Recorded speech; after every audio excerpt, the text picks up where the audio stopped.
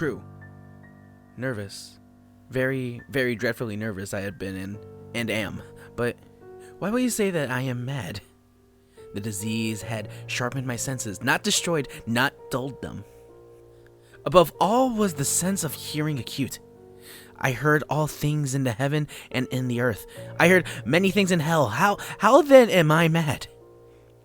Hearken and observe how healthy, how calmly I can tell you the whole story. It is impossible to say how the first idea entered my brain, but once conceived, it haunted me day and night. Object there was none. Passion there was none. I loved the old man. He had never wronged me. He had never given me insult. For his gold I had no desire.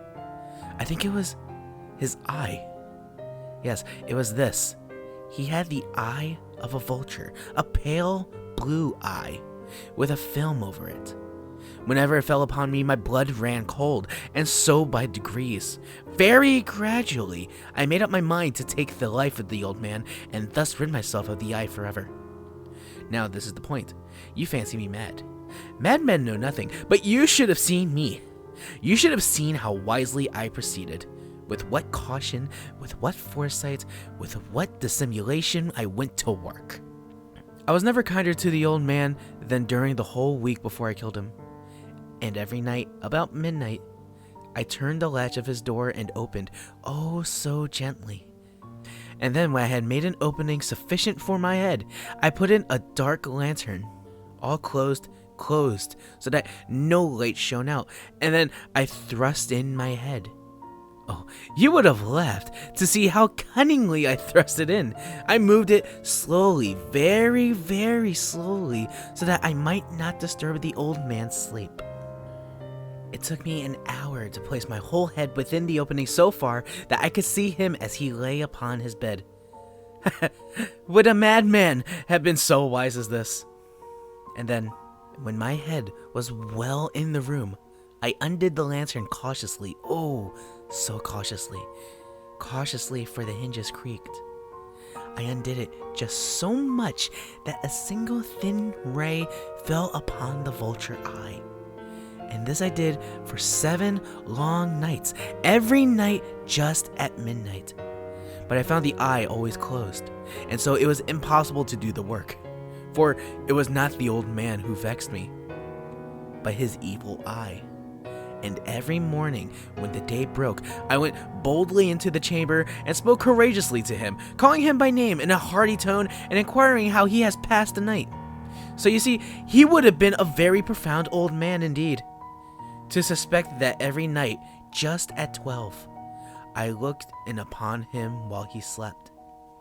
Upon the 8th night, I was more than usually cautious in opening the door.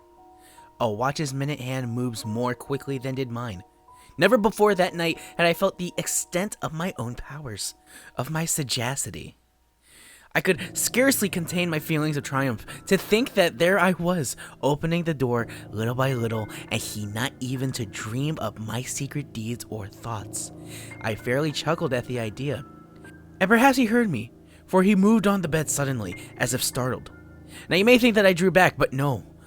His room was as black as pitch with the thick darkness, for shutters were closed fastened through fear of robbers.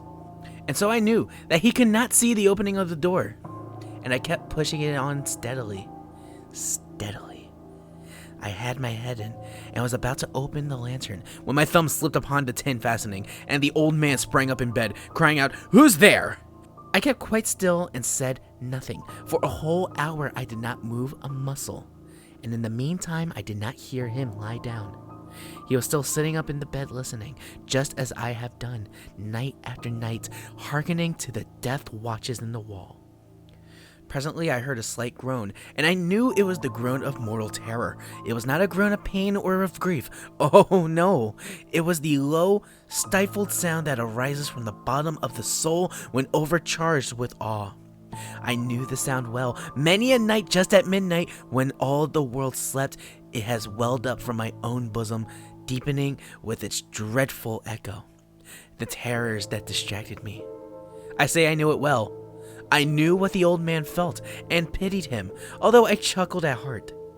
I knew that he had been lying awake ever since the first slight noise when he had turned into bed.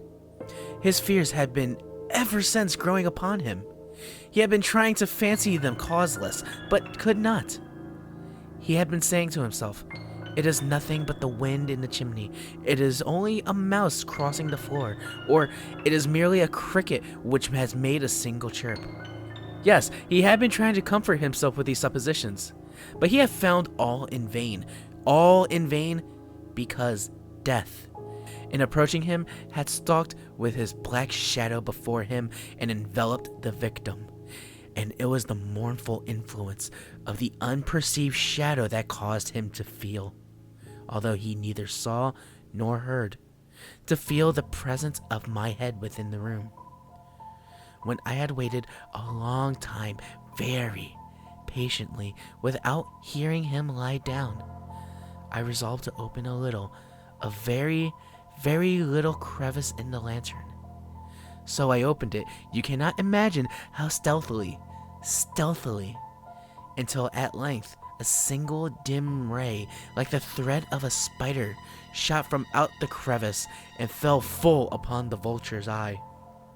When I had waited a long time very patiently without hearing him lie down, I resolved to open a very, very little crevice in the lantern. It was open, wide open, and I grew furious as I gazed upon it. I saw it with perfect distinctness, all a dull blue, with a hideous veil over it that chilled the very marrow in my bones. But I could see nothing else of the old man's face or person, for I had directed the ray as if by instinct, precisely upon the damned spot. And have I not told you that what you mistake for madness is but over-acuteness of the senses? Now, I say, there came to my ears a low, dull, quick sound, such as a watch makes when enveloped in cotton. I knew that sound well, too. It was the beating of the old man's heart. It increased my fury as the beating of a drum stimulates the soldier into courage. But even yet I refrained and kept still. I scarcely breathed. I held the lantern motionless. I tried how steadily I could maintain the ray upon the eye. Meantime, the hellish tattoo of the heart increased. It grew quicker and quicker and louder every instant. The old man's terror must have been extreme. It grew louder, I say louder every moment. Do you mark me well? I have told you that I am nervous, so I am. And now at the dead hour of the night, amid the dreadful silence of that old house, so strange a noise as this excited me to uncontrollable terror. Yet for some minutes later, I refrained and stood still. But the beating grew louder. I thought the heart must burst, and now a new anxiety seized me. The sound would be heard by a neighbor. The old man's hour had come. With a loud yell, I threw open the lantern and leaped into the room. He shrieked once only. In an instant, I dragged him to the floor and pulled the heavy bed over him. I then smiled gaily to find the deed so far done. But for many minutes, the heart beat on with a muffled sound. This, however, did not vex me. It would not be heard through the wall. At length it ceased. The old man was dead. I removed the bed and examined the corpse. Yes, he was stone dead.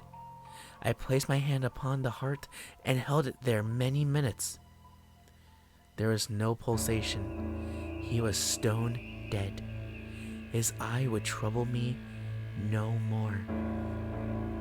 If you still think me mad, you will think so no longer when I describe the wise precautions I took for the concealment of the body. The night waned and I worked hastily, but in silence. First of all, I dismembered the corpse. I cut off the head and the arms and the legs. I then took up 3 planks from the flooring of the chamber and deposited all between the scantlings. I then replaced the boards so cleverly, so cunningly, that no human eye, not even his, could have detected anything wrong. There was nothing to wash out, no stain of any kind, no blood spot whatsoever. I had been too wary for that. A tub had caught all. When I had made an end of these labors, it was 4 o'clock, still dark as midnight. As the bell sounded the hour, there came a knocking at the street door. I went down to open it with a light heart, for what had I now to fear? There entered 3 men who introduced themselves with perfect suavity as officers of the police. A shriek had been heard by a neighbor during the night. Suspicion of foul play had been aroused.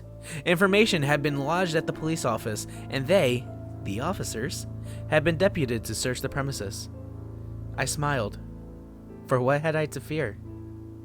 I bade the gentleman welcome. The shriek, I said, was my own in a dream. The old man, I mentioned, was absent in the country. I took my visitors all over the house. I bade them search well. I led them, at length, to his chamber. I showed them his treasures, secure, undisturbed. In the enthusiasm of my confidence, I brought chairs into the room and desired them here to rest from their fatigues, while I myself, in the wild audacity of my perfect triumph, placed my own seat upon the very spot beneath which reposed the corpse of the victim. The officers were satisfied. My manner had convinced them. I was singularly at ease. They sat, and while I answered cheerily, they chatted of familiar things. But ere long, I felt myself getting pale and wished them gone. My head ached, and I fancied a ringing in my ears. But still they sat and still chatted. The ring became more distinct. It continued and became more distinct. I talked more freely to get rid of the feeling, but it continued and gained definiteness until, at length, I found that the noise was not within my ears. No doubt I now grew very pale, but I talked more fluently and with a heightened voice. Yet the sound increased, and what could I do? It was a low, dull, quick sound, much such a sound as a watch makes when enveloped in cotton. I gasped for breath, and yet the officers heard it not. I talked more quickly, more vehemently, but the noise steadily increased. I arose and argued about trifles, in a high key and with violent gesticulations. But the noise steadily increased. Why would they not be gone? I paced the floor to and fro with heavy strides, as if excited to fury by the observations of the man. But the noise steadily increased. Oh God, what could I do? I foamed, I raved, I swore. I swung the chair upon which I had been sitting and grated it upon the boards, but the noise arose over all and continually increased. It grew louder, louder, louder, and still the men chatted pleasantly and smiled. Was it possible they heard not? Almighty God, no, they heard, they suspected, they knew. They were making a mockery of my horror. This I thought, and this I think, but anything was better than this agony. Anything more was tolerable than this derision. I could bear those hypocritical smiles no longer. I felt that I must scream or die. And now, again, hark. Louder, louder, louder, louder. Villains! I shrieked. Dissemble no more. I admit the deed. Tear up the planks. Here, it is the beating of this hideous heart.